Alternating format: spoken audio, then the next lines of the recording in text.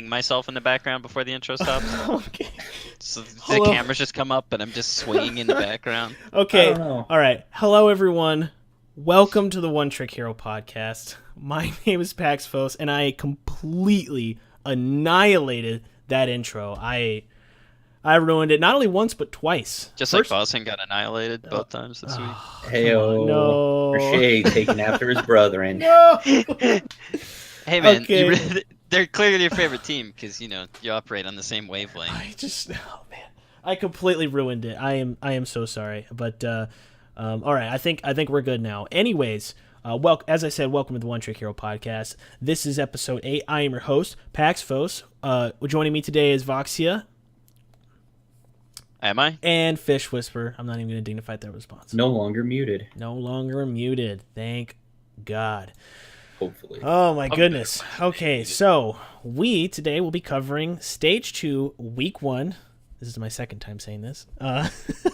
The matches that we've had this week. We've had some excellent matches. New players on the scene. New meta. New this. New that. It's pretty sweet. So we're gonna go into the match ticker as we always do here. Let's For the start second time. For the second time. Oh, today. no. Yeah, it's a good thing our like producer, realized that we had technical difficulties going on in his studio, so we didn't get halfway through the podcast. Dude, that would have been so only bad. you was talking. I know. Oh, I messed this up so That would have bad. been so funny because it would have been you saying stuff and then just being silent dead while there's returns and nobody hears. Feel like when you mute half the audio in a movie and just watch it anyway. Oh God.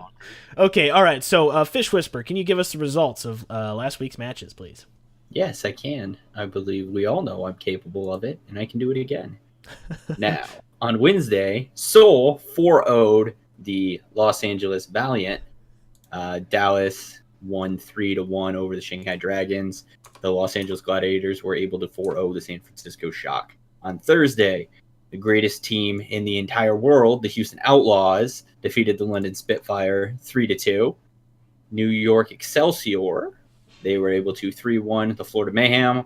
Boston Uprising dropped 4 straight games to the Philadelphia Fusion, earning their loss, just like Paxos.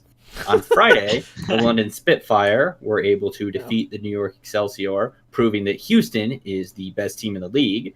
Then, Dallas Fuel 3-1 to the Los Angeles Gladiators, and San Francisco lost 1-3 against the Seoul Dynasty. Then on Saturday... What? Oh my God, dude! You just showed something. I saw some numbering thing pop up. I don't know. God, I think you man. can continue, Fish. Just what the God, hell? I'm so sorry. Man, he's got that Boston brain, man. Bro, God. Philadelphia Fusion were able to 4-0 the Florida Mayhem. Paxvos and the Boston Uprising were defeated by Houston 4-0. And then the Shanghai Dragons lost 3-0 to the Los Angeles Valiant. I've got an idea. How about just throw the show notes up so we could just show people what we were gonna talk about, and then we just call it quits. Bro, We can no, be like, no guys, Here's joke. what would have happened if we No had been joke. competent enough. I to just get this rolled the going. outro and everything. Boston? Holy crap! You rolled the outro. Dude, I You rolled rolled the outro while we were talking? while you guys were talking. I rolled the outro, dude. Oh my God! Man, This I don't is know what the- kind of fumes that you... Dude, this is the Holy most shit. unprofessional. Okay, all right. Okay, So do we Fox. start it again? Did you, Or like at a fucking certain drink? point do we just go for Did you it? drink window cleaner today while you were at work? No joke, dude. Okay, all right. All right. Thank you, Fish, for the match. Why don't you just take a little break? All right, next up, we're going Yeah. to be doing the Oh my standings from the God. league. These are going to be brought to you by Voxia, because he's Uh-oh. the only other competent human being on this podcast besides myself. Voxia, can you Yeah, there's- please give us the standings? All right. The standings as of today, we have New York Excelsior, woohoo, in number 1. The Houston Outlaws are a close second. Third 2-2, is number Seoul 1. Dynasty. Fourth is London. Los Angeles Valiants have the 5th spot. Philly Fusion bringing up 6. Boston Uprising in 7. Los Angeles Gladiators are at 8. Dallas Fuel are 9th. San Francisco Shock are 10th. Florida Mayhem is 11th. And the Shanghai Dragons are still 12th. unfortunately. They only need to get. Well, no, I think even if they got one win, they would still be behind Florida Yes, so slightly. But yeah, that's the standings. Okay, I think I've figured You it roll all the out. credits again. Whatever. Yeah, we're gonna roll the credits Are we again. able to go in Eclipse? No. Okay. Oh my gosh. Can you hit the intro real quick while Voxia rereads that? Oh my god. I am so. Oh, that's not even on the Yeah, right how about we get thing. another outro going? Oh my god. Okay, hold Just on. you just really like the song and want to play it a bunch of times. It's cool. Transitions. Okay. I think I fixed it. Did I fix it? Probably not. Probably not. Hold on. I need to. Okay, everybody, bear with me for a second time. I'm gonna fix this because this window capture is not where it's supposed to be. There we go. Okay, back to the source material. Oh my god. Okay. I wow. think maybe we're just trying to recreate like Fish Center. What's I feel like Fish if you just took this episode and then put it on Adult Swim and they're like it's a joke about people who care about esports or something, it'd totally fly. It would look like it was done bad on purpose. Do you think? Dude, 'Cause they this had is the pretty best bad. show. Yeah, I think so. Fish tank, and they would feed them crayfish. That was awesome. What was the fish tank one called? Fish Center. Oh wait, was that Fish Center? Let's change this to That was- Cutlery Corner. We could just make this Fish Center. Just make this. It kind of Cutlery is. Corner. Yeah, that's true. Cutlery Corner. Dude, Cutlery Corner. We're That- 50%. honestly, if we eating can- fish if I we don't tank. have any knives handy to sell. If we can get to True. Fish Corner level, or not Fish Corner. Fish Corner. This is a genuine Chippewa box knife. We're gonna be renamed to. Available for 14 payments of $33.97. Does this have the flex pay? Oh, it does. Oh, Flex play. Is that a real antler handle I'm seeing there? Got real staghorn at this price, so there must be a mistake. You're never gonna find staghorn at a price similar to this. I Not don't anywhere know what else. we're doing. We must be stupid. oh my gosh. Okay. Clearly, you wouldn't be for buying this knife. But we would be for selling it to you. Yeah, so come take advantage of the stupidity. All right. I apologize to anybody who wanted to hear about Overwatch League, because you're not going to hear about it. we've been absolutely screwing around on this thing. Yeah, Oh my maybe God. maybe you have an altered interest in just terrible things going terribly. Dude, Maybe you I just don't want to know. laugh at people's misfortunes. I literally just came home from work. I'm like, dude, this podcast would go so smooth. I already know what I'm doing. It's gonna be easy. The like hubris. I was like, we've had 7 episodes Hubris. already. I clearly know what I'm doing. I'm a pro at this point. Yeah, that was Pride literally cometh before the fall. that was literally my thought process. Yeah. And now we're on 3rd re-record. Wait, is Oh it my actually- God. Intro again? Wait, Oh. do we have to do the standings and stuff again? No, we're good, dude. Because I just say we give up. Oh man. Okay, all right. So, all right. Well, thank you guys for the match ticker and the updated match standings while I was out of commission here.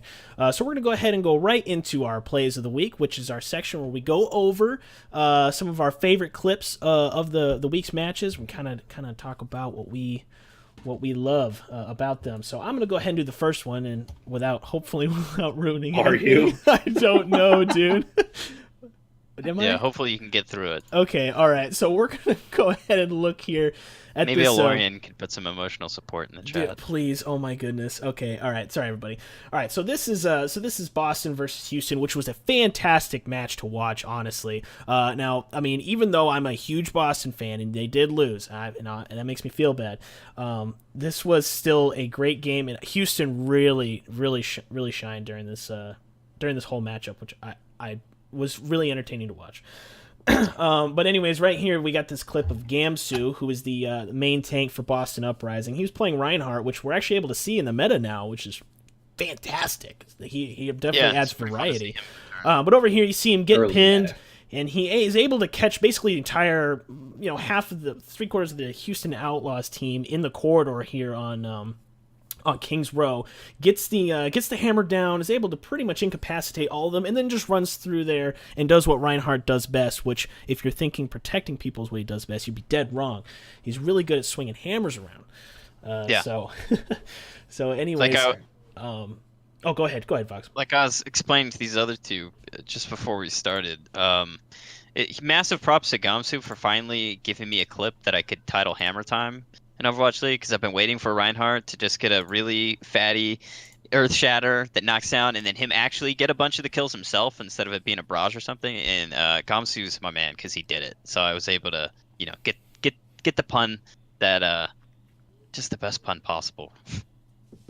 Yep. No. Also, the Massive props to Neko for keeping him alive. yeah, he was taking a lot of heat. I mean, he was able to get him the boost and get him started. I mean, Dreamcasper went down right off the start, getting pinned by Muma, and then Gamsu's able to get that kill on Muma, which drops their whole shield and defense against that, and that's what actually enables him to do the Earth Shatter and then get the rest of the team. Yep. No, that definitely, that was one of my favorite moments in that matchup from Boston and Houston. Boston didn't perform as well as I thought they would, especially since dive seemed to be their strong suit in stage 1, and we'll talk about this a little more later, but that's kind of been the resurgence, at least for the first week here, has been a lot of dive. Yeah. So I wanted to touch on that later too. Yeah, so we will, but just so it was interesting to see Boston struggling a little bit, because I mean they did struggle versus Houston and versus Philadelphia. Now this is not to say that Houston and Philadelphia are not teams worthy to struggle to. They are top tier material, especially Philly, which we'll talk about later. But especially Houston, best team in the league. I mean, they're number 2 right now in the standings. They're number 1 in my heart, and that's what matters.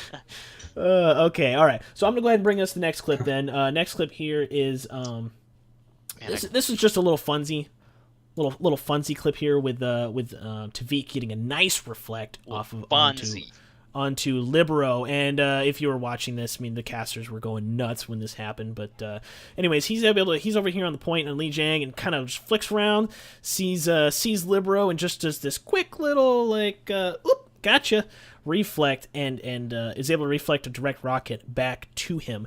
Now, if you're listening to this and you're not watching, it wasn't a like point blank reflect. This was actually a a pretty long distance reflect that actually involved him like trying to figure out where Libero was going to end up like kind of hovering over to.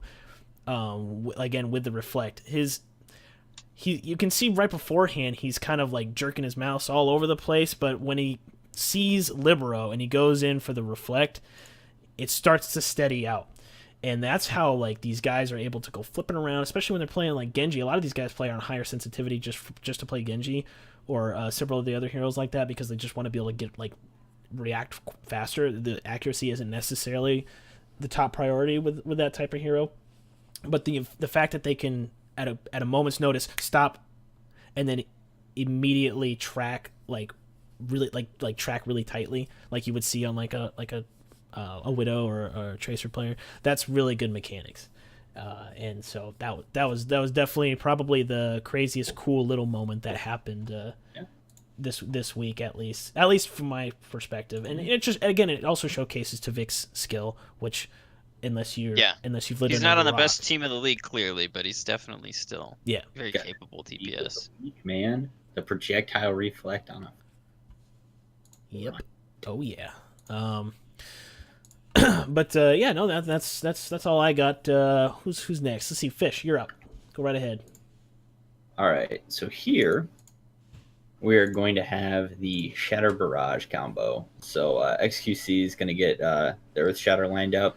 He's going to throw an Earth Shatter. He's going to get him set up, and AKM is going to go up and then just start the barrage. The part that's neat on AKM's part that's a little less noticeable here is he actually has an enemy D.Va in his face, and he's able to keep turning sideways while D.Va is trying to get that shield up to stop the barrage in order to still get it through and get a hold of the whole enemy team. So it's a really neat play, and it's a really good part on AKM's part to be able to not get that eaten up by the D.Va that's right there, and then he ends up finishing the D.Va right afterwards. Well, yeah, and the other thing I like about this is we're showcasing AKM because he is the new addition to the Dallas roster, and this was, and you know, especially Reddit, but also other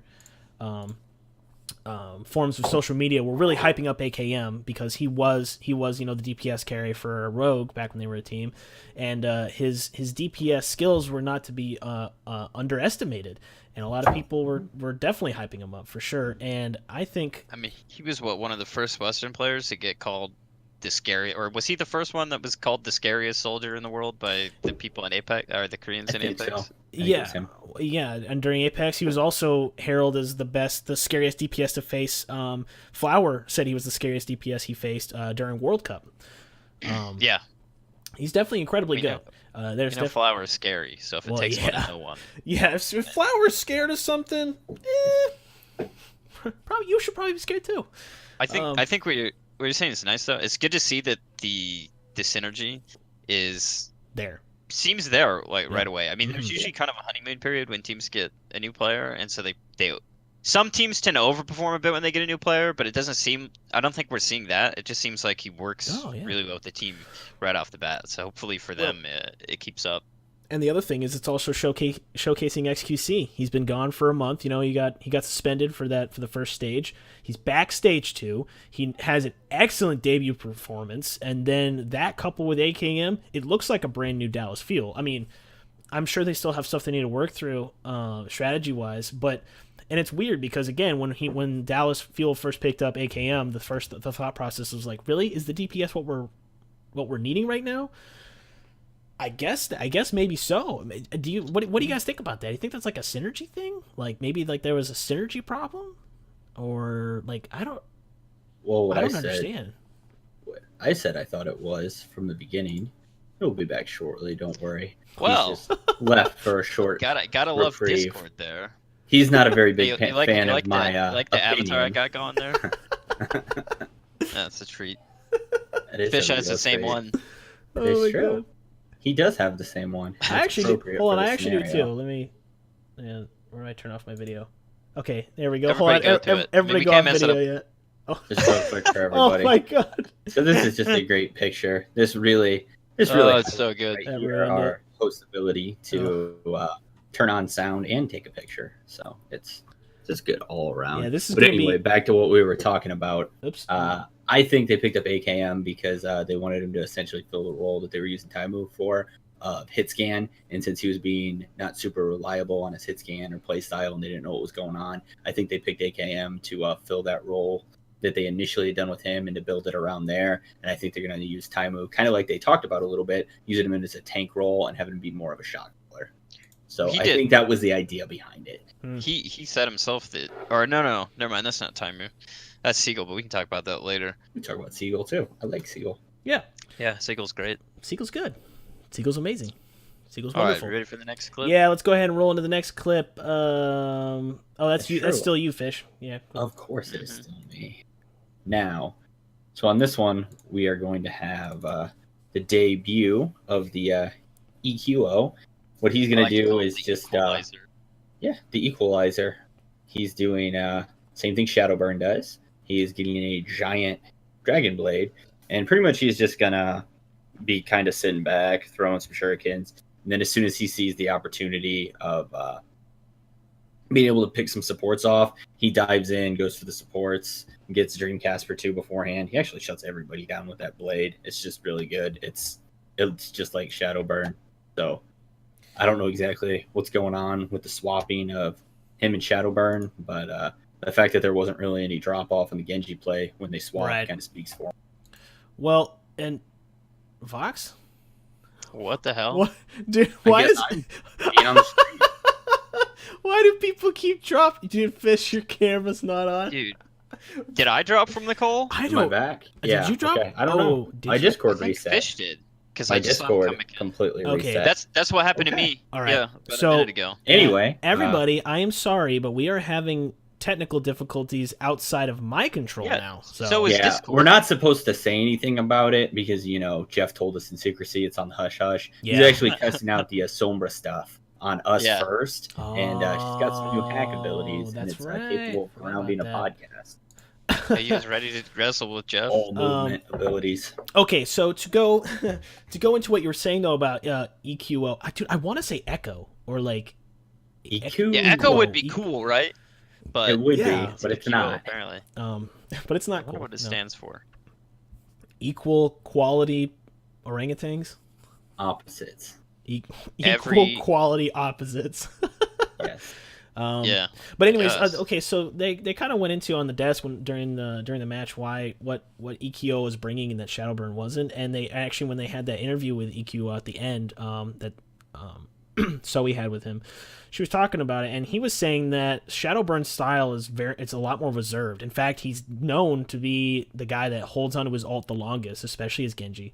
He's definitely waiting for that like opportune moment. And because I mean, almost every single blade Shadow Blade does gets like tons of kills or has a huge Every blade significance. Shadow Blade does. Yeah, he becomes Shadow the- Blade. I just say Shadow Blade. He Shadowburn. becomes the blade. That's how he's so good. Yeah, again. dude. It's actually his ultimate. Yeah. So, but you know, the dragon becomes him. Okay. Now, EQO, and he said this himself. He plays a more aggressive kind of in your face style, a little bit less reserved. He's more about just building up the ult and then just using it. As soon as he sees a halfway decent opportunity, he's going to use it to apply pressure. But it seems to work with the Florida playstyle right now because I mean, think about who's on your team. You got Fraggy. You know, you have getting everybody. Fraggy's always in there. Yeah, The so if most you're aggressive tank in the entire game. yeah, so you throw in more aggression and Well, at least you're- as far as throwing your body at the wall and Yeah. hoping Yeah, it works just- out. Throws it in there. yeah, so we're Just going talking for when we're it. talking about aggression, they got it, and now they got another DPS player that's even more aggressive than Shadowburn. Now, where I think they can kind of hot swap them in between is when you're talking about running an aggressive play style with like the fraggy and whatnot, that's when you'd want to have that, you know, the DPS to accompany with that. But there are going to be times when, and that's not going to work, especially certain teams that are good at countering aggression, and that's when you bring in Shadowburn. That's when you bring in once they get Sato. I don't know how aggressive or how passive Sato is, but I can't imagine he's as aggressive as Fraggy. So, you know, there's another strategy you can build around that. And so I like this. I personally like this, even though I'm a huge Shadowburn fan. Well, yeah, I just like that they have two options. They have the assassin, you know, like, Yeah. and then they have the warrior. They've got the ninja brawler. assassin and ninja warrior. The Brawler. Yeah, Ninja Warrior. Yep. Yeah. Ninja Warrior. Exactly. But we'll talk more about EQO. EQO. We'll talk more about him later. All right, next clip. Squall. Fox, go ahead and give us the next one. Well, what is wrong with my browser here? This is You're okay. I'm Okay, renaming we're the. good. Hold We're on good. 1 second before we continue. All right. I'm renaming this to We're good. episode We're good. 8. Clips are rolling, hacked right? the All right. planet. Hacked by So, Sombra. This clip I wanted to showcase because it's just a really, really good example of how to effectively trade ultimates in the span of a fight.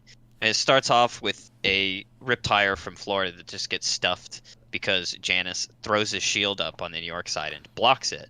Then they use the Earth Shatter when that doesn't work to try to force it, and they position well enough that most of them, they get hit by the Shatter, but they're kind of back around the corner of that wall there, so they're not in direct sight lines of the rest of Florida, because Florida had also gotten pushed back by the Rip Tire that New York had just thrown out. So it's kind of a double thing there. Then York gets up from the Earth Shatter without losing anybody, positions forward, throws out the Graviton, which gets almost everybody on the Mayhem, and then just cleans up the fight. And it's I really love, especially there at the beginning, like I was saying, they back up and they push Florida away simultaneously with the Rip Tire so that they can't, even if the Earth Shatter gets the whole team, they're not in a position to do any DPS while it's down, except for Swoosh himself. Yeah. But then, you know, just throwing the Graviton back there. It's just really, really, really good coordination from New York side, of course. And, you know, they have that one spot in the standings because they have such good coordination. Bit unfortunate this week that they have to play kind of different with their roster because Arc, their main support, is out on a wrist injury. And, you know, Mono, their main tank, is playing support. But even though they beat Florida, but it was a lot closer than most people would have expected it to be, and it probably would have been if they'd been playing at full strength. But even though they end up losing to London, you know, it was still a good showing. I mean, you know, they're playing not at the full strength, but their coordination is still pretty on point. So yeah, for sure. You know, and this clip proves it. what I liked this because it shows a team with that. Florida definitely had, I wouldn't say an advantage, but their entrance, the way they came in was their execution to try and get the kills and get on point and take control was a good execution on paper. But what I really liked was Nixel's response was so. That is not a panicked response. That is not a, oh my god, we have ults going off, we're getting ulted, we're dead. This was a systematic usage of your ults to respond to it and to get the advantage and end up getting them back, which they did. They didn't. You see, a lot of times you'll see Zarya's panic ult, so they get Zarya bubble or they get Zarya Graviton, so then they'll shoot off Graviton to try and make it so that there's I don't understand. I never understood that, but you see that actually a lot. Hell, there was a game last week or the last stage where they had that. I believe it was last stage, or maybe it was this week. Oh man, I'm confusing the days. Anyways, but yeah, no, that's to see them be patient, hold that Graviton, and wait for them, because they easily could have done the Graviton as soon as the enemy Reinhardt, dropped his shield. They knew he was going to ult, but they held off just a little bit, and that was able to give them the competitive advantage. Their support ults were used perfectly on the New York side. They were used pretty well on the Florida side too, but just it was this kind of back and forth, and that Nixel was constantly one step ahead as far as their ult advantage. So, well, it's kind of interesting how Zupe used the Transcendence and then moved away from the majority of the team. I guess he was just trying to cover anybody who got hit by the tire, and the tire went around the corner and didn't get anybody. But the point of that tire was just zoning completely. They zoned all of the backline DPS away so that, like I said, even if the Earth Shatter gets off, a huge thing, and most of the teams down on New York side, none of their DPS are in position to take advantage of it. Well, zoning is huge in this game. It's area denial is huge, especially when the maps are so small. I mean, I say they're small in relativity to a lot of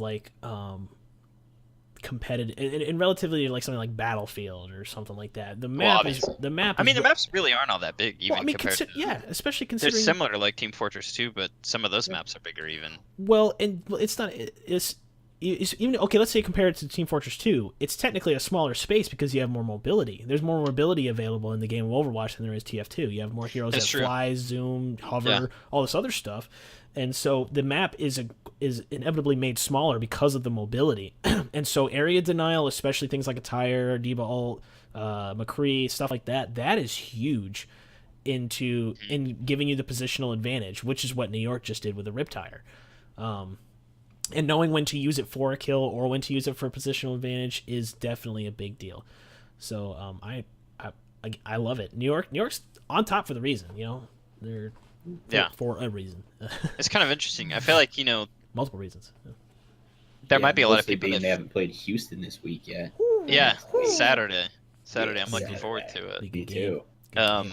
But it's kind of interesting that they're at the one spot above London, right? Who's beat them twice now, but they have beat London once. But it's it's the map differential and just things like that. Yeah. But Tinny doubters out there. New York's still the best. Well, yeah. Well, and so pretty good. I'm biased, of course. Well, I agree. They're the best.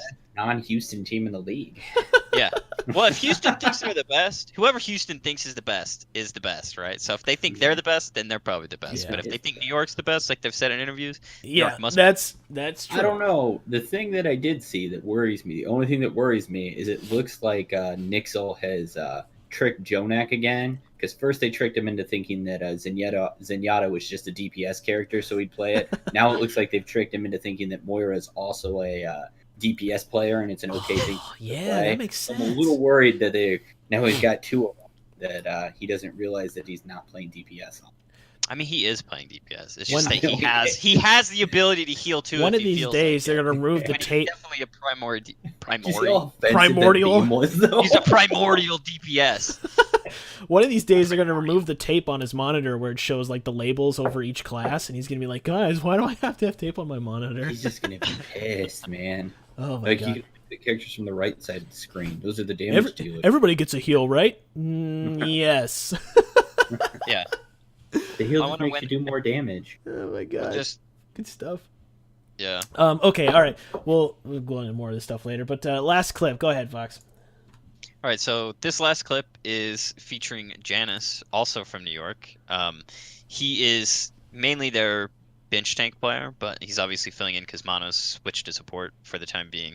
But this clip illustrates some really, really good positioning by him. He starts off, he jumps up to zone this Zenyatta outside of that doorway, so he can't, fire DPS and healing orbs down onto his team and get use of it. Then he looks over to the right to see who's coming from the door, and he sees Lucio's over there. So he knows that Lucio's not close, so he can kind of close the gap on the Zenyatta and get some damage on him, maybe even kill him. Where he's also seen the Widow. So he pushes out. He dishes out some damage to Zenyatta, forces him off the side.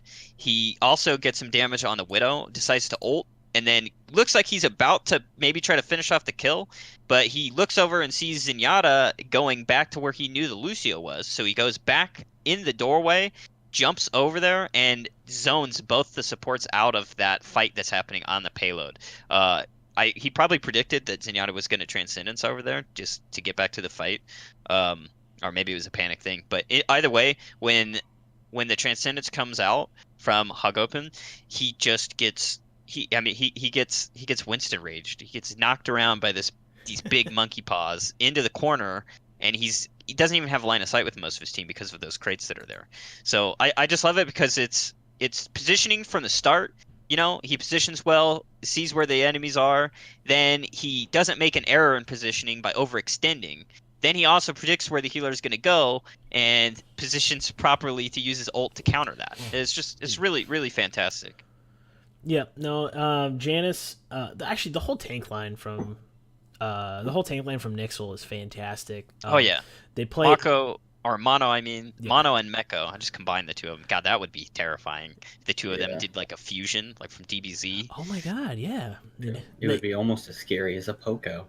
Mm-hmm. Speaking of Poco, real quick, he did something similar with that, where I know this has nothing to do with the clip. Yeah, whatever. That's fine. Yeah, go ahead. They were bringing in an ulting Zenyatta, and he was getting ready to come over. He ulted and went to jump onto the point to save it last second.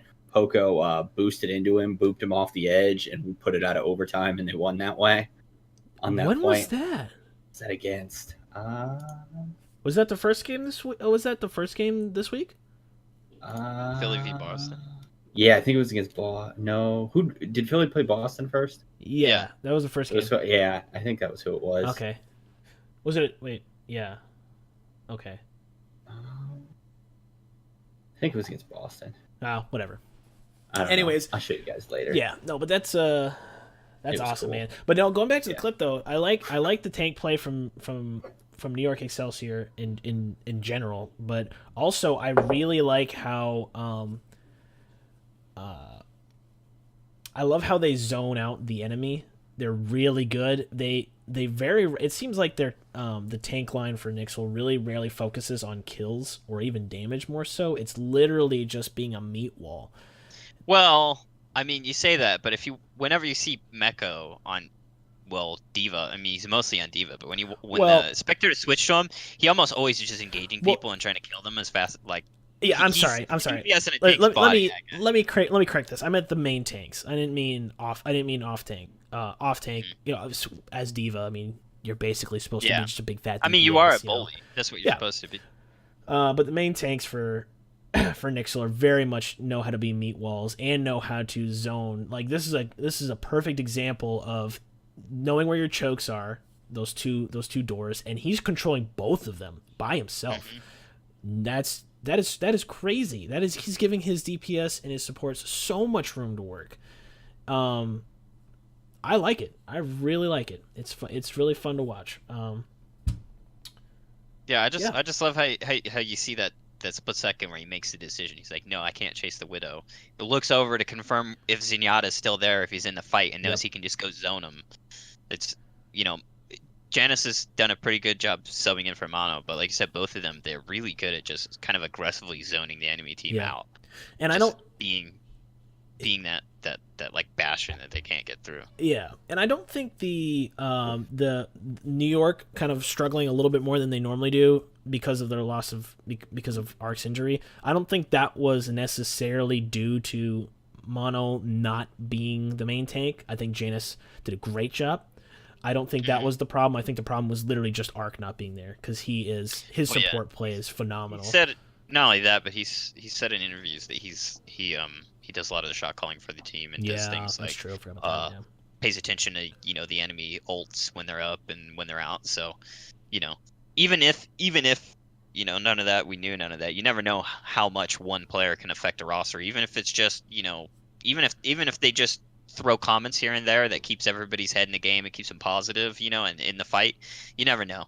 So, but it's good to see that they're playing with, their coordination hasn't suffered that much, right? Yep. They still look like a top team, just not quite as top.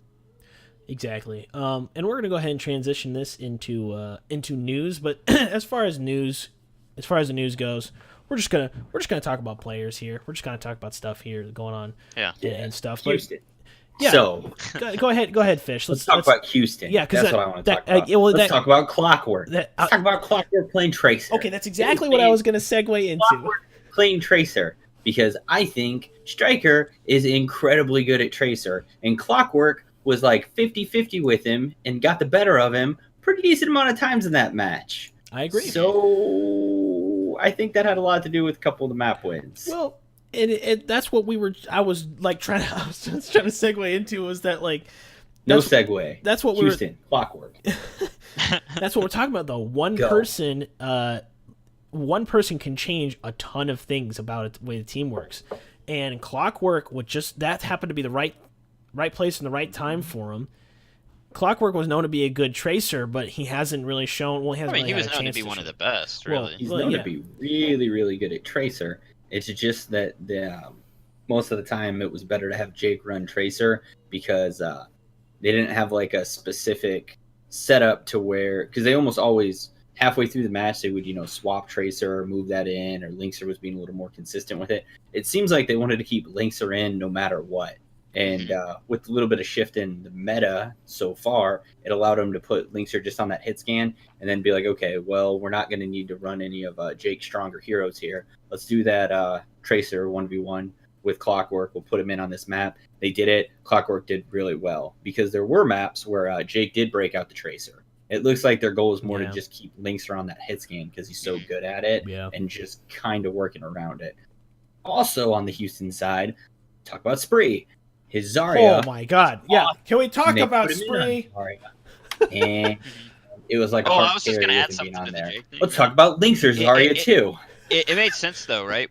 Especially because Junkrat's seen nerfs. He's not, gone. Like, it's not like he's not useful in certain situations. But without him being super strong in almost every situation, you can kind of play around more, because I feel like part of the reason they wanted Jake in there, even if he wasn't going to start playing a map as Junkrat, a lot of the time if stuff got to the wire, you'd see him swap out to the Jake Rat so that they could just, hammer choke points and stuff and hold down on he's so good at it that if style. If they know that it's going to be a map to where it's going to be Tracer all the time and we're not swapping off of it, you definitely they ran Clockwork, because they're like, this is a good idea. I think it just works better while the meta's kind of still shaking out, because you don't know if Well, and it worked really well. But and then they had Spree do Zarya, and then they had Linkser. Yeah, that was great. That's what I was going to say. Linkser Zarya, because Linkser Zarya was awesome. It was good. Linkser's everything is awesome. Well, that's what I was going to go into, was saying that I think Houston's found their stride now, or starting to find their stride with subs, because really they were just running for stage 1. They were really just running their core, and that was what was getting them the wins. But now we're starting to see them branch out, using their subs in a more tactical fashion, I guess you can say, and it's allowing the subs to play to their strengths. Well, I mean, okay. Remember when Spree came out? It was like people were like, okay, well, we'll see. Maybe. When they put Spree in, I was like, what are they doing? And then they came out with Zarya, and I was like, oh yeah, of course they're doing that. That makes way more sense. And he annihilated any map where you can mostly use Zarya with Spree, and then just all Spree has to do is be acceptable on Diva, if that's part of it, because his Zarya is so good. If it's going to be Diva the whole time, you want to run Cool Mat, because Cool Mat's the best. I think if there's going to be Zarya, go ahead. I think the biggest thing, like the biggest disappointment initially with having Spree sub in, was just that Cool Mat's so cool. We don't want him not in the spotlight, right? That's the hair and everything. We want Jimmy Neutron up there on stage for us all to look at. It all makes it does make sense though, right, with the whole sub thing, because it's much easier, at least it should be, to utilize subs after you get your core roster really locked down on their synergy and stuff, right? Because when you try to throw in too many moving parts, they can conflict, right? So once you get that core setup, then you can start experimenting here and there, because if the experiment doesn't work, you have a good reliable thing to fall back on that will work. Which is what I'm pretty sure that's almost exactly what they said they were doing from the start. They started with the subs because they had to in preseason, but then we're like, no, we're just going to work on our main roster. Because also, not just for the main roster being good to fall back on. If the main roster, the more rock solid the main roster is, the easier it is for the subs to fit in when they do sub in. And on top of that, with the subbing that they do, they have like great teamwork. The team itself just seems like they enjoy being on the same team, and their goal is to win. So you don't have people that are having egos and, oh, I have to play, or, oh, I have to get time. They're all just like, we just want to win. Whatever we're doing the best, we're okay with. We just want to win. So that helps with it too. On that note, free Mendo. Yeah. I mean, but there's a difference, and I can't say there's anything wrong with the players who. Sometimes it's not even an ego thing. If they think they're not going to get enough playtime, it can hurt their marketability, to go into teams in the future if they don't have a bunch of examples of how they played and stuff. But there's a difference between the ones that have the ego and always want to play, and the ones who know that they're a part of a team, and so whatever the team needs the most is obviously the most important. So if they have to ride the bench for a little while their team is fixing their stuff, accept it. Yeah, and it's a little bit different when it's like kind of like Fisher getting swapped. That was a little bit different, because that was like, hey, he's going to play over you every time on this character. It wasn't like, well, you've got some stuff that we're going to use you in certain situations instead. It was just like, we're going to use them every time. So why don't we'll let you go somewhere where you can still showcase your skills and still be a big part of the team. Yeah, exactly. Because Fisher's too good to ride the bench, but Jester's too good. That was a win for everybody. Jester's too good to sub out, pretty much. So what are you going to do? You're going to let him go to a different team because they let him go to a different team and let him. Yeah. I feel left out of the conversation because my hair's not long and I don't have facial hair anymore. That nice buyout money. God, oh my God. Yeah, well, it's your fault. It is my fault. It's true. It is my fault. That picture that Monty linked in the Discord, I don't know if you saw it. What's the craziest thing you ever done? Oh, and it was a picture of people swearing in. God. I was like, yeah, relatable. That is the craziest thing I've ever done. I'm done in October, man. I'm done. I know. I'm looking forward to it. Good. It's too bad. Too bad you're not done in like July, right before QuakeCon. Dude, I know that. Ooh, QuakeCon. Yeah, I'm not wearing that. Go put it on. I should strip. Should I go put it on? No, we should probably do the cast. Are you sure? We should probably do the cast. I think you held it up and messed it up enough this time. Yeah, probably. But there's the other side of the coin. It's so messed up at this point. Why not? That's true. Let's just mess it up even more. Why not? What are we even talking about right now? Oh yeah, Houston. Houston, exactly. No, free Mendo. We're in the free Mendo movement. Yeah, I'm curious how they're gonna get Mendo in. I'm curious because he is like he's a Swiss Army knife that's been in your pocket for about 2 years, so you're not quite sure if the blade's sharp enough, but it might be. You're just not sure. I mean, speaking of Swiss Army knives, I think we should pick up Mangachu and use him as the Pharaoh one trick. Even though he's not really a Pharaoh one trick. Just as a meme? Yeah. I would like to see Mangachu picked up and put on the team too, because I like watching Mangachu play, and I like Houston. I think with Mendo, I mean, I don't know. Obviously, I don't think any of us could know. But I wonder if they scrim with him, and if they do, how much they have to. There's no way they don't scrim. They don't have to. They also are contractually obligated to. Well, no, I didn't mean that way. Scrims internally too. I was gonna say I'm sure they do. There's no way because the other players have their strengths and stuff, but Mendo has a ridiculous all around sense for the game. Mendo is really good, right? But wasn't he falling off a bit before he got he was saying it was mechanical, and he was mechanical, but and he just wasn't putting as much practice as he wanted into it. Now he is, obviously, but he said, but that doesn't necessarily detract from game sense, which he has a lot of. He's really good. He was the kind of the guy that kind of carried the game sense wise, for Cloud9 back when he was competing in Apex with Cloud9. Well, and others that have played, other pros that have played with Mendo say that's one of his best strong suits as well. And on top of that, like if you've watched his stream, he's very educational. What'd you say?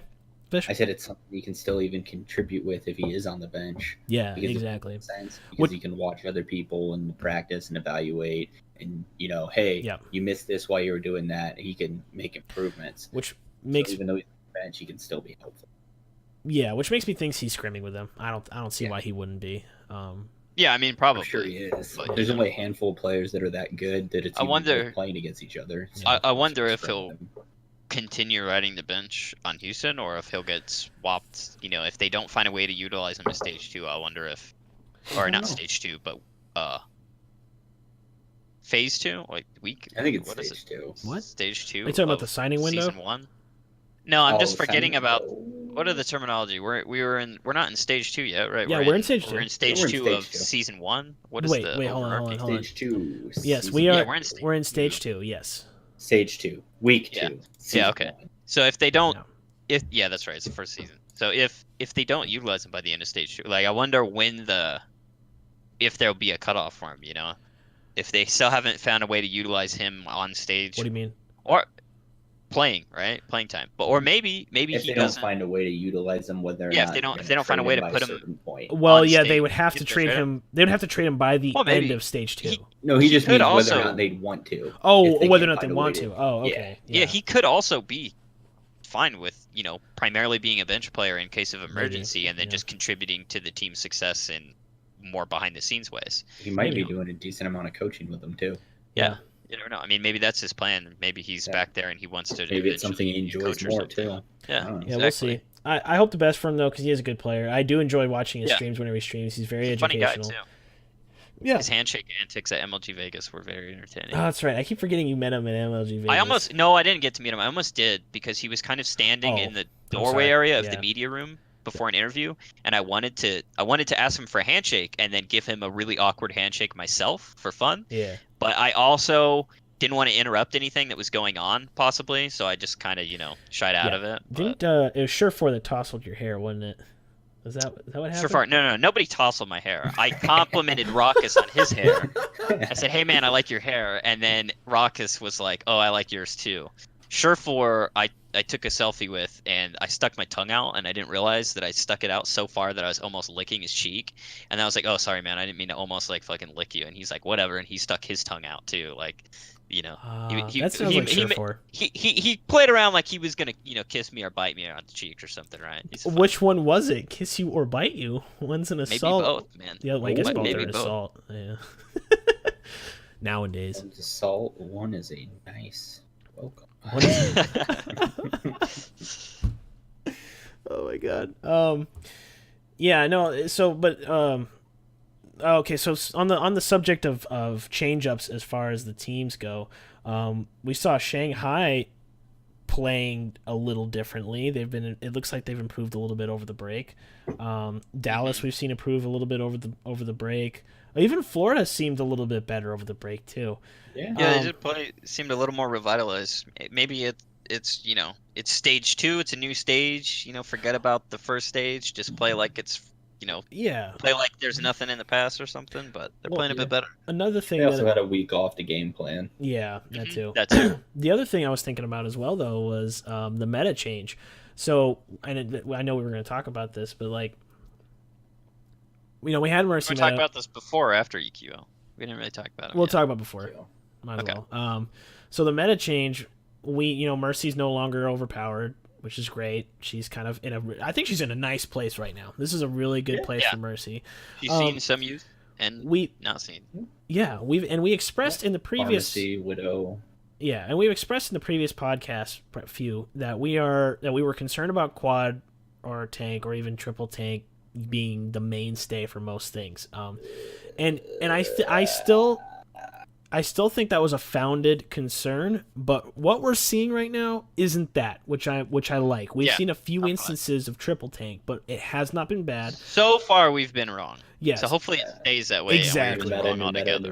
New meta. Exactly. But as far as the new meta goes, it's not shaken out yet. At least not in my opinion, and it doesn't really seem like it is from anybody else's either. What we're seeing right now is dive, a lot of dive, and the reasoning for that, I think, is because the new meta hasn't shaken out fully.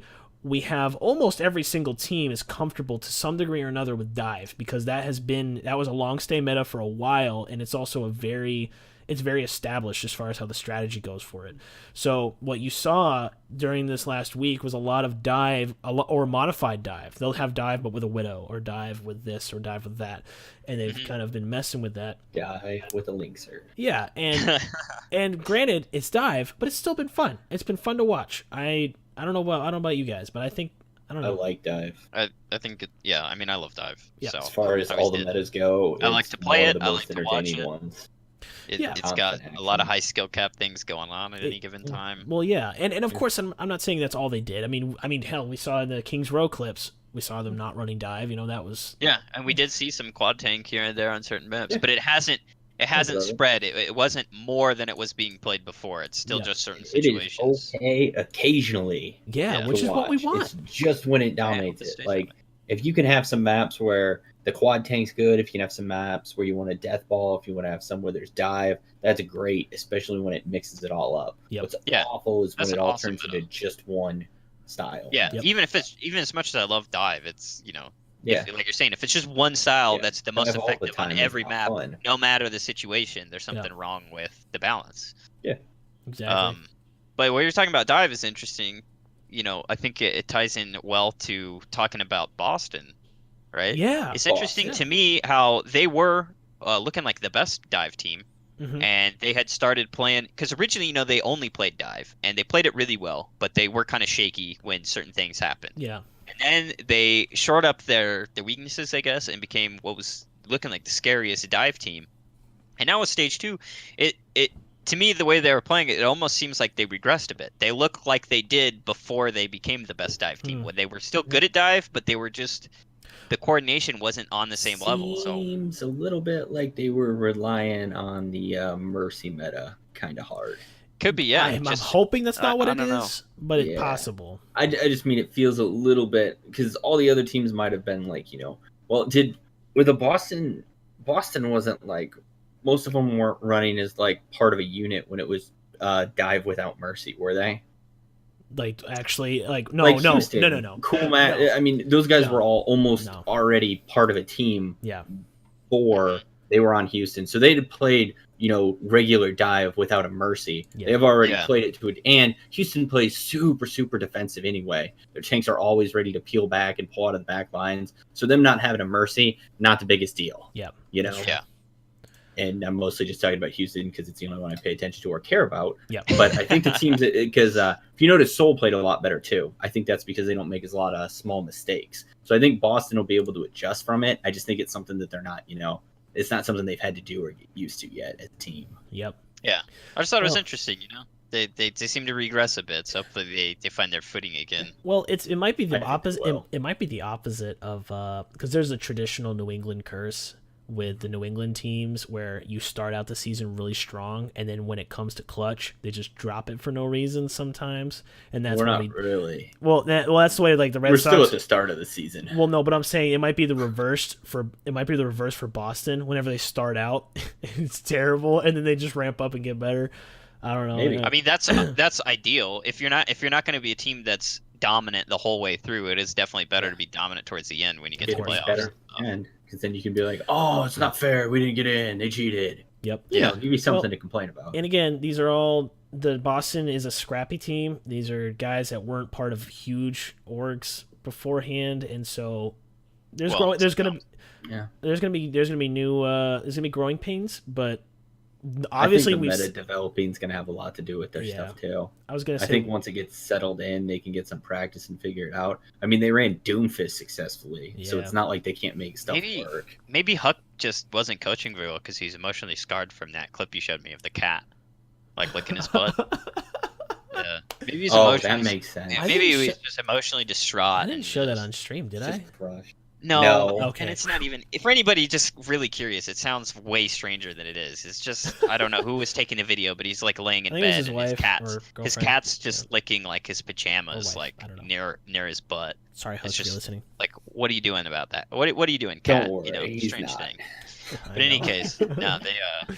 Oh yeah, I think with the dive coming back, it is kind of more fun to see the Lucio dive again instead of the Mercy dive Yes. where picks Yeah. don't necessarily. You know, it's Much like better. welcome to Mercy dive where the damage is made up and the picks don't matter, right? Because Exactly. Hell yeah. you just res them. But I mean, it's nice to Welcome see to Lucio Assasio. in general, just because Lucio's he's another one of those heroes where the gap between decent and incredible is so huge that Yeah. watching people who are just really good at Lucio is so satisfying. So Oh yeah. yeah, that kind of thing just The doesn't really Lucio exist dive with Mercy. Where Boink is God and he's gonna make you suck it. Yeah. As a Lucio Dude, I main, do like it's, seeing the Lucio picks though. They're awesome. Yep. Because you'll get him in there and you'll see Lucio get like 3 or 4 in the kill cam and you'll just be confused. Yeah. Mhm. Well, and I also like Lucio because when you have heroes like Lucio in your lineup and what's as a mainstay, like a lot of people didn't like it when Lucio was 95% pick rate, and granted you don't want to have a hero 95% pick rate, but what that did allow was for a lot of room for error and a lot of margin for error, a lot of room for improvement, which was which made for better gameplay, not only better like teamwork, but also is more fun to watch. Like personally, like it's more fun to watch a Lucio able to get his entire team in really fast, wall ride, and do this like skillful dodging of bullets, and then boot the guy off the ledge, and then all this stuff is more interactive and more fun to watch per se than just a flying. Mercy Well, I'm sure that there are Yeah. those. I'm sure there are those out there that would disagree because they really want to watch Mercy. But I'm sure they are But I'm not one of Lucio them. mains. Yeah, exactly. Well, it'd be like the difference. I definitely think Lucio's more entertaining. It might Yeah, be I do too. it might be the difference between if you're watching basketball, instead of the guy, he receives the ball, he's gonna go dribble it down the court and get to the other side. Instead of doing that and having to bypass the defense and all It's that funny stuff. when you bring up like basketball analogies. Don't do the because basketball. you don't bring up. sports I ball. feel like you bring up the basketball analogies because I don't know shit about football, and I never. Yeah. did. That's why. But you also yeah. don't know enough about basketball anyways, to make me understand what So you're trying no, to say. but he gets the ball, and instead of I going just all hate the basketball. way to the end of the court, you just teleport to the end of the court and then put it in the Yeah. basket. Like that's not fun to watch because then you're just Have watching a you bunch ever of people seen teleport. professional basketball? Those They guys do are kinda 9 foot teleport. Tall. It's They're 3 so strides. fast That's that they true, kind yeah. of do. It's 3 strides Um, and they're there. It no, is but teleporting. The point is, the part of that's fun about watching basketball, but obviously besides the strategy, is the action, is the skill that's why required. that's you know? why I you like talking it. about basketball makes me think that Lucio is going to be boring Well, because I find basketball boring. well, yeah. See, I love basketball personally. It's the only conventional sport that I like, but I like basketball too. Yeah. I do not. the like analogy doesn't basketball. really work. Yeah, it's not. It's hard. I wanted to use football, but I was trying to I don't know. It was Yeah, weird. you I could just use glaze that over too. I find both of them like watching tank meta. Well, actually, okay. It's funny you mention that because I didn't. I used to really, really enjoy watching like NFL, and I didn't like watching college. College annoyed the shit out of me, but I used to enjoy watching NFL games. And then when I went to watch the Super Bowl with the Patriots, I was like, "Oh my god, can this take any longer? My god!" And I just I got so used to watching OWL. I'm so used to watching this game. It's fast paced. Everything happens. It's instant. That watching that was just like painfully slow. My God. That's why do you think I never liked football? It's Yep. always been painfully slow for me to watch. It is. Yeah. Same as Versus baseball. Baseball. Good lord. Yeah. Also really slow pacing. But Oh, it's such a great pitchers match. Watch 4 guys play catch for Like 9 what- innings. That's awful. well, I guess Overwatch League though is exceptionally fast. I mean, you're talking about Yeah. CS:GO. I mean, I was getting a little bit of because when I was watching the major with Vox, it was like, wow, this is really slow. But that's because I'm used to how incredibly fast. Well, it's kind of a Overwatch League different is, slow. you know? It's usually like right, slow, yeah. but then once they execute, it's really Yeah, fast of course. paced and explosive. Huh. But yeah, Overwatch is just more going on at any given time Yeah. objectively than Yeah. any other. Which is esport, why or at I'll- least any of the other big ones. Well, I which don't is know. why I a like lot of watching arenas. yeah. Arenas are But that's why a lot of That's fun. people equate Overwatch League, like different aspects about Overwatch League, the way it's structured and the way it is to watch and all that. A lot of people equate that to basketball because it's very similar to basketball in the fact that there's constant motion. There's always something happening, and the strategy is on a macro level, or micro level. Like it's some of the strategy is really hard to see unless you understand what you're watching in the game and unless someone breaks it down for you. It's sometimes can be hard to follow, and that's the same. That applies the same with basketball. A lot of times, like if you don't know what you're looking for in basketball and you're watching, it just seems like dudes throwing the ball to each other down the court, and then that's it. But there's a lot of strategy involved with it, but you may not see it right off the bat. So that there's definitely a lot of similarities between Overwatch and basketball as far as from a spectator perspective, anyways. Yeah. But I mean, comparisons are nice, but Overwatch is, its own thing too. It's definitely its own thing. That's for You sure. don't need to go too far down trying to figure out what sport. Sports, yeah. Sports are good. Yeah, I like sports. Sports ball. I like esports too. I like esports ball. All right, so what else do we have on the news section here on the little thingamajig? Let's see what I only want to talk about Houston. All right. I did. There was an article that I was reading where apparently Siegel has said that he's been mainly practicing Diva because he's potentially the plan right now is for him to swap to flex off tank kind of role instead of DPS. Really? And Diva fits him. He says Diva fits him really well in the way he plays and stuff. So he's been practicing her a bunch so that he can fill in and play the Diva for instead of Mickey. Houston. Yeah. So are they benching Mickey or is Mickey swapping him? I don't know. There was nothing like that in the article. It was just kind of stuff that kind of he's talking about. Yeah. Or not Taimu, but Siegel. Yeah. But yeah. So that's some. I mean, that's some news there. So it looks like that could be the case. It could be Siegel replacing Mickey, or maybe they're just gonna swap him out on different maps for some reason or something. But I don't know. That's interesting. I mean, that means that does make the acquisition of AKM and Rasco a little less, interesting in the sense that, there's not going to be well, kind of like we said, right? They're getting a bunch of DPS and they already had all these good DPS. It made sense that maybe some of them were going to be going to a different team or, fulfilling a different role. Yeah. Told you they're going to run two full, completely different teams. So when they go to play teams, they're super hard to plan for because they literally have two separate teams. Mm-hmm. That's the idea. I think that was the original idea maybe it was for I would say that was maybe the original idea for London, but that they kind of split. They found a good combo among them, and they've kind of split. London didn't set their dumpster on fire though, so that's probably London was never in or anywhere near a dumpster. No. Right. And the only time they saw fire was against Houston. Mm-hmm. Nixel when Nixel beat him. Yeah. Last thing we want to touch on, I think we kind of already did, but Seoul Dynasty improved up in their game a little bit. They kind of went on a slump towards the end of not really slump, but just not quite as on fire as they it seemed at the beginning of stage 1. But towards the end, they're still slumping a little bit. And then stage 2, triumphant return, 4-0, did a fantastic job. It helps that you can have Toby on. The Lucio instead of Widowmaker, or not Widowmaker, Mercy. Yeah, damn, Widowmaker support. Toby just being toxic on stage, picking Widowmaker. Yeah. No, because he's. I mean, I've heard a lot of, I've heard people throw out Boop God to different Lucios out there, but Toby is, I think, the real Boop God because he'll get him like out of nowhere. He is the one that they consistently throw the name out for. Well, Boink. Well, they call it they say that too. They haven't set it for Boink, and Boink's really good too. But they've set it for like Shaz and stuff too. Have they? I've almost only heard it for Toby. I'm like. Well, I think that's Toby's just because definitely Monty. I think that's because Monty and Doa coined it "Boop God" for Toby, not because he has the most. Yeah, moves. I think that's Or what the ones gets that it all coined the it. time. Yeah, well, I mean, he is a god of booping. But they do almost all of his matches. Yeah, and so of course they say it every time. That's true. Yeah, Toby's definitely an outstanding Lucio, so that certainly helped. But I think, it wasn't like they weren't good players; they just were not meshing properly when they were playing on stage. And so, what Zoe did was saying how she talked to the players, and they said, or Ryu Jahong, I think specifically, and he said how during the break week.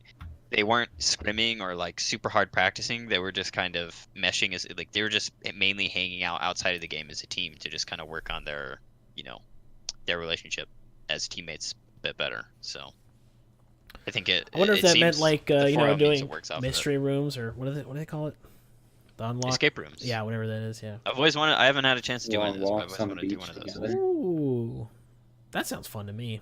Walks on a walks on a beach. I can walk and not talk to anybody. I've done it. They're nice. Beaches are very nice for a lot of things.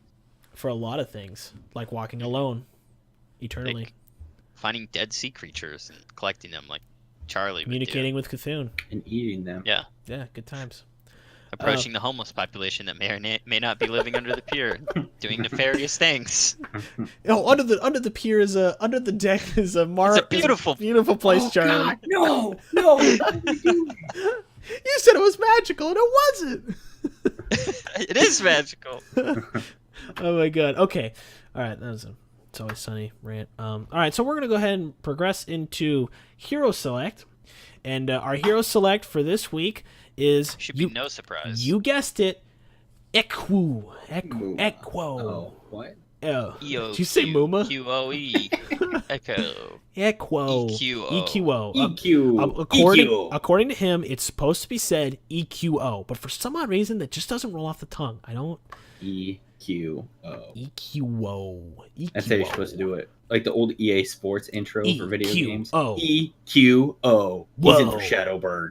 That's how it goes. The Israeli commando himself. Oh my goodness. Anyways, Those guys are badass, though. Yes, he is in our Hero Select because this was his debut, week 1, and he made a splash, more like an explosion.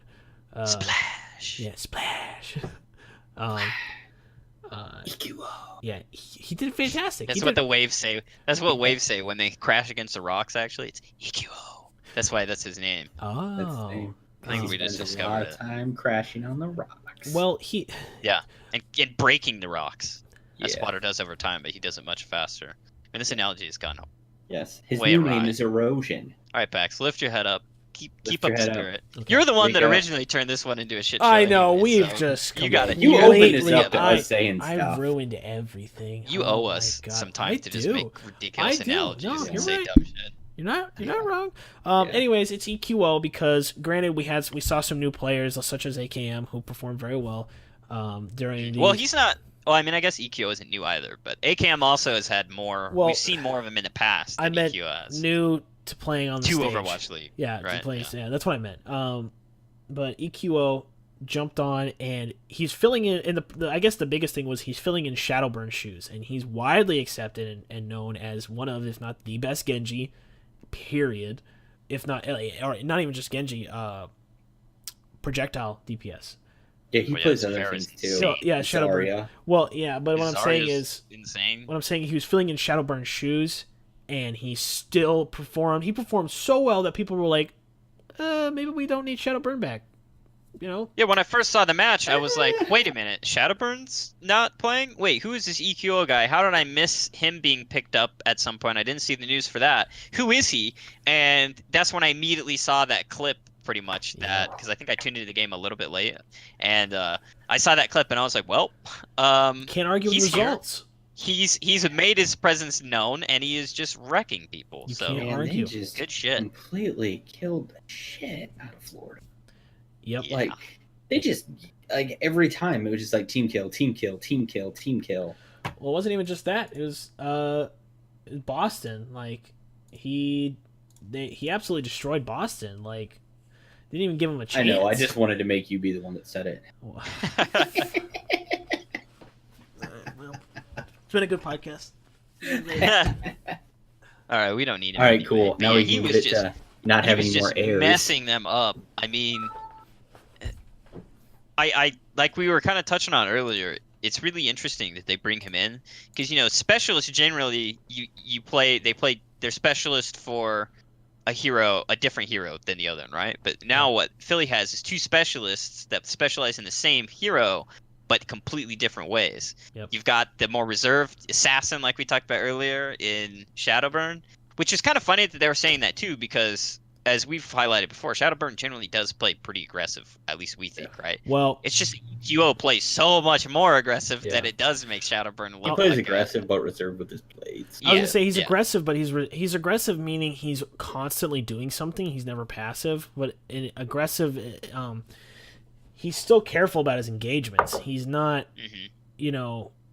very he's constantly doing stuff, but it's never like EQO was just really always there in places that's how that most maybe of the Genjis have been at this level too. They're usually really reserved with how they're going to utilize Dragon Blade. EQO is like almost kind of like budget Monty or Fish doing something really stupid and then just kind of like, well, PAX might have me. We'll see. And I don't Fish? make bad I don't decisions. know. If I we're gonna group us, I would be Shadowburn and he would be Ikeo. Yeah, exactly. I was gonna say, yeah, No okay, question. That's actually true. No, I'm that's the true. You're Savioli, right. No, you're totally the right. EQO, the one that's just constantly fishing for shit to happen, and Yeah. Fish is the one that knows, well, it's probably gonna work out, Yeah. so I might as well just follow Yeah. him, and if it doesn't, I'll just. I was gonna say, clean from up a or healer whatever. perspective, I will it's, get out of there and live. yeah, from a healer Yeah. perspective, it doesn't change. You're both way the fuck out there, and it is impossible to get to you. But at least I know how to Impossible utilize health get to packs. me. not necessarily you as much. You're a little bit. You're like I never die. Yeah, that's true. Well, for the most part, yeah. That's I'm self-sufficient. the hardest one for sure is budget Monty. Well, and same old. Yeah. I Well, don't 'cause even. Well, that's different. I don't even they- heal they- same old. It's no point. I in mean, that. no offense to them, obviously they're our friends, but they don't have the same kind of awareness. So me, I know if I'm pushing out aggressively, I don't expect at all to have any heals coming my way. Yeah. So I play around the health packs. Well, Fish does that That's, too. you know, yeah. Fish No, does that too. I'm like- saying Monty, Yeah, Budget no. Monty, and some of our other friends Sorry. don't utilize the same kind of game I don't sense. know how it transfers from one game to another. I They don't just- understand They that. just do the same thing. Yeah, because we're playing WoW, we're raiding, and they're still out there dying to the What they same want is- shit. I They don't want get to it. They want to just play against bots that they can just kill and not face They're any just damage there from. to I know. But they find actual bots too boring. It doesn't matter what Oh, game it is, a MOBA, a first-person shooter, an MMORPG. They somehow always find themselves never in the position of the healer, and they always die. I don't understand it. But okay, all right. That was healer rant. Does Eric click his abilities when he plays MOBAs? No, there's no way, dude. There's no way. There's no way. All right, so to Overwatch. Okay, yeah, Back to Overwatch. Sorry guys. This is what do I call this podcast? We call it Total Mayhem, This one we're Total definitely not- Disaster. Call it Molten Core. Molten Core is a good raid. Not the Just raid, call it- the just call it ability. like- son. The ability. Oh my god. Florida Mayhem cosplay. Gone Florida. wrong. Florida's next entrance. Florida's Florida next Mayhem entrance is a cosplay gone messed up sexual. podcast. You Gone should just call it sexual. Florida versus Shanghai. Florida versus Shanghai. Because it's awful. Oh my Yeah. god. I'm not putting this one on Reddit. There's no way. I want it. I wouldn't put this It's anywhere. it's one of those things. It's either it's definitely not worthy, or it's so bad that it makes people like us more. But I would say this no, is this one is not terrible. for it. We're We're terrible. not likable, guys. No, we're not. Oh, we have to yeah. rely on the content. Yeah. Okay, well, Well, I don't. speaking of content, we're done. This is I was gonna We're say out. this was a We're out of good. content. I was gonna say Push this is, out. Good. This There's is none in my pockets. yeah. No, I mean, we're play done. Overwatch. We're done. Thank you. Okay. All right. My goodness, I'm so tired. Thank you, everybody, for sticking around this long. If you're listening if you on, managed to sit through this, Yeah. you are a champ. you are a champ, dude. Because this is bad. This is the worst show I've ever done in my life. And this is Maybe also they just wanted to hear the outro for the third time. Yeah, you know, I'm maybe that's so- why they're hanging in. The intro's good. I need to hear it the third time since Pax played it twice. Oh my god, I'm so terrible. I apologize, guys. Okay, anyways, that wraps up the show. Thank you everybody for watching, sticking around through all this all this garbage. As always, if anybody has any Dog. is that a dog? I figured we were Got doing a it. guest? Is that a dog? We have a guest on the What? cast. What's that? It's Pebbles, right? Is that Pebbles? Yeah, I remember hanging Pebbles. What? on the cast. Pebbles. Oh my god. She always I thought- is in here when I do these. Really? Yeah, she sits in is good. Oh my god. Unlike some people's dogs, she can sit still. I was gonna say my dog. You would just hear like. My dog is sitting Time. still 99% of the day. She just sits like a loaf in the sun. Like basically what you expect a cat to do, my dog does. You know what you She expect follows what you the expect a sun dog to do, my cat does. Yeah. Yeah, I had a it's- cat like Yeah, that. I Yeah. know. So how does that relate to Love you. Overwatch? I don't know. Okay. Anyways, all right. Anyways, thank you for watching. Sorry I got distracted there, but if Wait, yeah, what is it? Hero 27, yeah, if you right? Yeah. Heroes 27 confirmed. it's Pebbles. Pebbles. It's a Okay. dog. Anyways, if you have any comments, concerns, questions, or anything you'd like to see on the show, please don't feel free to contact us on Facebook, Twitter. We're also on YouTube, Google Play, iTunes, SoundCloud. If you want to shoot us an email about any questions, feel free to contact us at onetrickhero@gmail.com. Anyways, this has been the One Trick Hero. Thank you so much for watching. And Apologies for fucking everything up. for everything, 100% everything. Apologies, but Almost. almost everything. But we will be back worse than ever next week, and we or yeah, next week. We will see you then. Goodbye, Back everybody. worse than ever, right? Woo.